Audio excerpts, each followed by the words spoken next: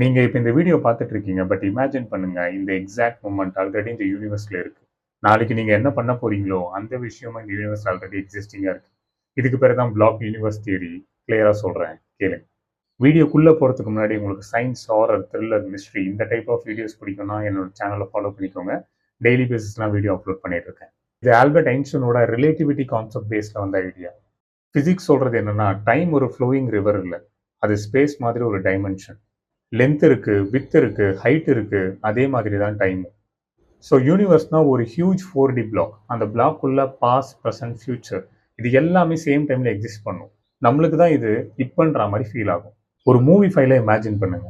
Full movie already save பண்ணியிருக்கு. ஆனால் நீங்கள் அதை சீன் பை சீனாக தான் பார்க்குறீங்க. இதுதான் நம்மளுக்கு டைம் மூவ் ஆகுற மாதிரி ஃபீல் கொடுக்குது. பட் ரியாலிட்டியில் டைம் மூவ் ஆகல. நீங்கள் தான் அந்த ஸ்பேஸ் டைம் ஸ்ட்ரக்சருக்குள்ளே மூவ் பண்ணிட்டு இருக்கீங்க.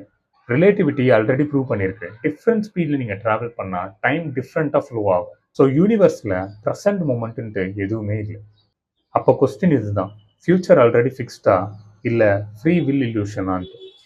சயின்டிஸ்ட் இன்னும் இது டிபேட் பண்ணிட்டு தான் இருக்காங்க. பட் ஒரு விஷயம் கிளியர், நம்ம டைமை கிரியேட் பண்ண மாட்டோம். நம்ம டைமோட ஆல்ரெடி எக்ஸிஸ்டிங் பார்த்து தான் எக்ஸ்பீரியன்ஸ் பண்ணுவோம். மைண்ட் ப்ளோயிங்காக இல்லை?